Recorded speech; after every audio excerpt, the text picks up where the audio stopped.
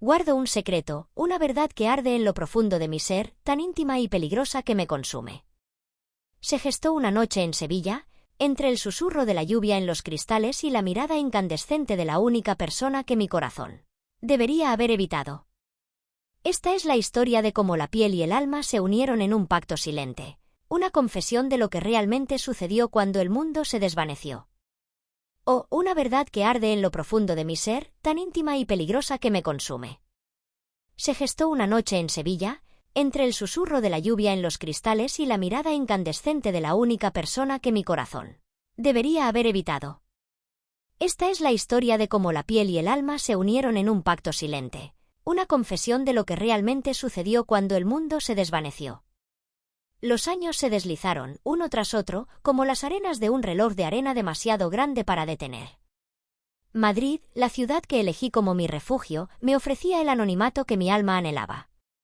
La rutina de la editorial, el bullicio de la Gran Vía, el olor a papel y tinta, todo me anclaba en una realidad que se sentía segura, predecible. Me había sumergido en las palabras de otros, tratando de ahogar el eco de las mías, las que nunca se habían pronunciado. Mi apartamento, pequeño pero acogedor, era mi santuario. Había elegido muebles con texturas suaves, un sofá de lino crudo, cojines de terciopelo que invitaban al tacto, mantas de lana fina. Era un intento subconsciente de replicar la seguridad que ciertas telas me daban, de controlar las sensaciones que, de otra forma, me abrumarían. Miguel y yo hablábamos de vez en cuando, llamadas esporádicas donde la conversación flotaba en la superficie, evitando las profundidades. Él seguía en Sevilla, prosperando en su estudio de arquitectura. Su voz, incluso a través del teléfono, aún tenía esa resonancia grave que me hacía estremecer. Sabía que la distancia era una bendición, una barrera tangible que nos protegía de la verdad silente que nos unía. O eso quería creer. Luego, un día, llegó el correo. Una invitación formal impresa en un papel grueso y elegante. La inauguración de una prestigiosa exposición de arquitectura contemporánea en el Círculo de Bellas Artes de Madrid, y su nombre, el de Miguel, aparecía como uno de los arquitectos destacados. Mi corazón, que también había aprendido a mantener un ritmo constante, dio un vuelco. No era una coincidencia, no del todo. Era el destino, o quizás, el universo, empujándonos de nuevo hacia el precipicio. La noche de la inauguración, me esforcé por elegir el atuendo perfecto. Necesitaba algo que me hiciera sentir invisible, a la vez inquebrantable. Opté por un vestido midi de seda salvaje, de un color azul noche que casi se fundía con la oscuridad. El cuello era alto y las mangas largas, casi un capullo protector, pero la seda, con su caída fluida y su brillo sutil, revelaba cada curva de mi cuerpo con una sensualidad discreta. No había encaje, no esta vez. Era una tela que se sentía como una segunda piel, una armadura suave que me permitía respirar, pero que también prometía ceder bajo la presión adecuada.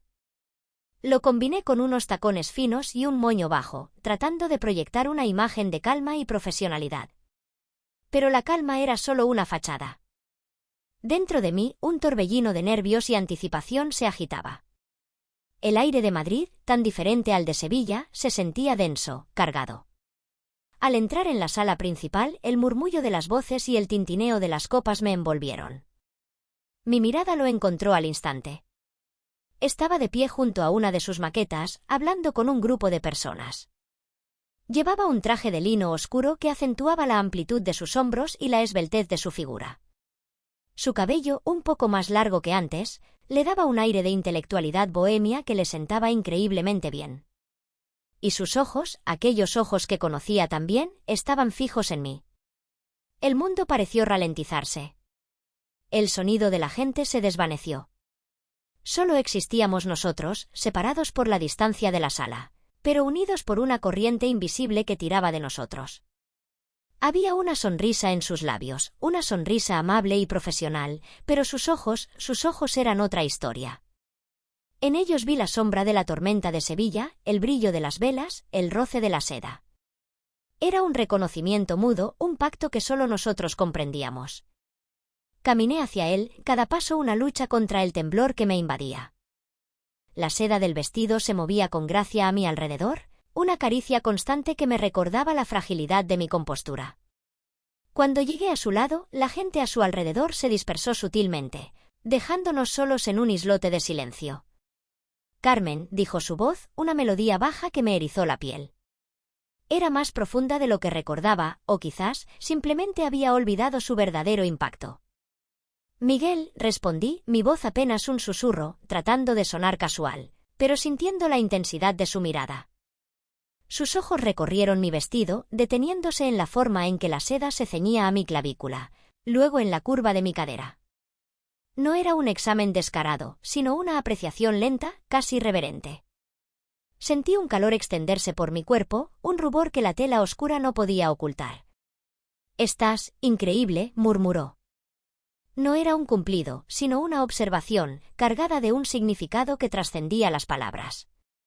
La forma en que su voz se deslizó sobre la palabra increíble me hizo sentir expuesta, aunque estuviera cubierta de seda de pies a cabeza. Gracias, logré decir, mi voz aún un hilo. Tu exposición es fascinante.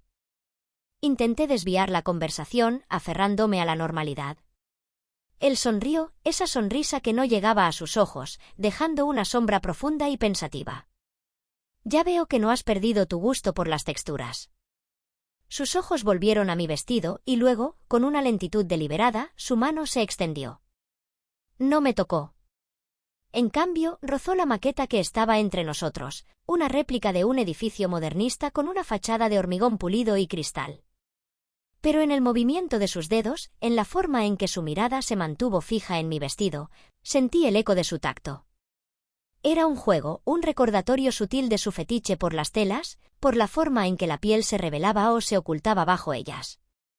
La tensión se hizo casi insoportable. Era como si el aire mismo se hubiera vuelto elástico, estirándose entre nosotros, amenazando con romperse. Quería tocarlo, quería sentir la aspereza de su traje de lino bajo mis dedos, quería saber si el calor que irradiaba de él era tan real como lo sentía mi piel. Me alegra que hayas venido, dijo, su voz aún baja, casi un murmullo. Había una intimidad en su tono que me hizo temblar. No podía perdérmelo, respondí, sintiendo el peso de mis propias palabras. No era solo la exposición lo que no podía perderme. Era él. Siempre había sido él. Nuestros ojos se encontraron de nuevo, y en ese instante el tiempo se detuvo.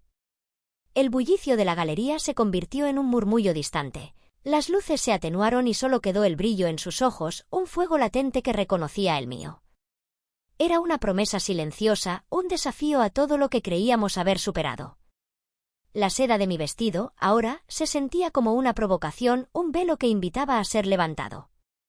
La danza había comenzado de nuevo, y esta vez, no estaba segura de si seríamos capaces de detenerla. El laberinto, lejos de haberse resuelto, apenas había revelado una nueva vuelta, más profunda, más peligrosa.